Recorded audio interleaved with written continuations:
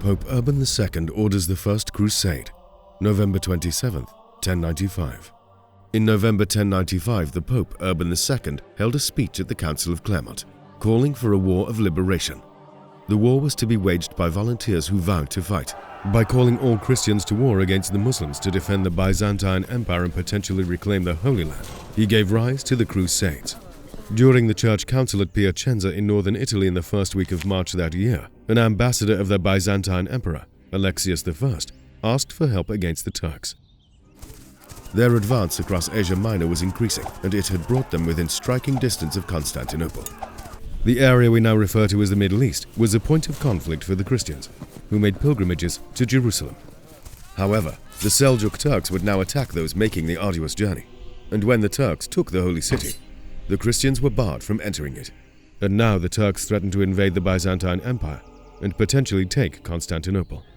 Therefore, Alexios and Urban II called upon the Crusaders to retake the lost Byzantine territory, to protect the Holy Land. It was not the first appeal of this kind, but for the Pope, it came at an important time. For quite some time, the papacy had been worried about the disintegration of Christendom's eastern frontier. The Pope's response upon hearing this news from the ambassador was not spontaneous. His predecessor, Pope Gregory VII, had already received the news of the Turkish penetration in 1074 and had proposed to personally lead a force of 50,000 volunteers to liberate the Eastern Christian brothers. He argued that with an army this big, they might even push onto the Holy Sepulchre in Jerusalem. But it never came this far while Gregory was still Pope. The Schism of 1054 had divided Christendom into two separate branches, a Western Latin branch and an Eastern Greek one. From the beginning of his pontificate, Pope Urban II had been in touch with the Byzantine Emperor, with the aim of improving the relations between the Latin and Greek churches. The call for aid from the Byzantine Emperor provided an amazing opportunity for the Pope. While fighting to take back the Holy Land, he might even be able to quietly unite Christian Europe under papal control once more. The Pope called for the Council of Clermont in France and held his speech, in which he aimed to gain the necessary support for the expensive and extreme expedition. Once the Byzantine Empire was secure, the Christian lands were to be freed from Muslim control. He portrayed the Seljuk Turks as heretical, as barbaric savages, and as the enemies of the true followers of Christ. Many crimes were noted against the Christians in the East, all to inflame the Christians with anger and so that they would feel inspired to join the fight against the Muslims. Because this is what Christ had commanded, and so they obeyed. The enthusiastic crowd responded with cries of Deus vult, or God wills it. There are 5 contemporary versions of Urban II's proclamation that exist, written by individuals years later after the success of the First Crusade had formed their attitudes and perspectives. Therefore, it is not clear exactly what he said. However, the message conveyed is clear.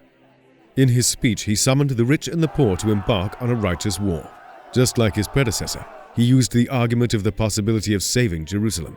Some versions mention Jerusalem as the ultimate goal, and some do not. Therefore, it isn't clear how important Jerusalem was as an objective to Urban.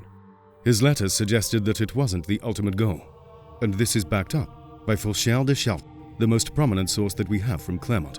Fulcher, who was an eyewitness present at the council, focused more on the message of freeing the Eastern churches in accordance with Byzantine wishes. The other sources place much more emphasis on capturing Jerusalem. Urban II would go on a preaching tour throughout France, and many priests and monks spread his message, including such figures as Peter the Hermit, who gained a large following of extremely pious peasants, and minor knights, who formed the first wave to go to the Holy Land, forming the Peasants' Crusade. Tens of thousands answered the call in 1096 and went on the First Crusade to find salvation while fighting for God. They took a vow and the sign of the cross, which defined the gesture of crusading. This was a textile cross that was sewn onto their clothes. Even though Urban II tried to persuade the old, women, monks, and the sick not to take the pilgrimage, it was impossible. The enthusiasm was so great that it was not just knights that answered the call, but great numbers of those incapable of combat and with no soldierly skill or intent. Those that answered the call, according to Urban II, would get a remission of their sins, or in other words, a ticket directly into heaven. Europe was violent with knights fighting each other, and Urban II had warned them that they could go to hell for this. The knights of Europe were well versed in violence, and indeed excelled at it. The European peace established under Charlemagne's empire had shattered, as his successors couldn't hold the different kingdoms together, and individual lords became more powerful. Managing to export the violence in Europe was appealing to Urban, as it would allow him to focus on reinstating papal primacy over all of Christendom. As well as this, soldiers were motivated by other factors. Some were motivated by the prospect of material riches and rewards in the land of milk and honey that Urban described. However, the risk was that the Crusaders had to sell their possessions and homes to raise the necessary money for the journey in the first place. Others were appalled by the tales of barbaric atrocities that the pagans had conducted. However, for most it was a personal piety that drove them to set out to free the Holy Land, and they were enticed by the prospect of the forgiveness of their sins. After 3 years of crusading, the Christians could celebrate as they took Jerusalem. The First Crusade was a success and led to the establishment of the 4 Crusader states: the County of Edessa, Principality of Antioch, Kingdom of Jerusalem, and the County of Tripoli. But before the news of the Christian victory could reach Europe, Pope Urban II had died.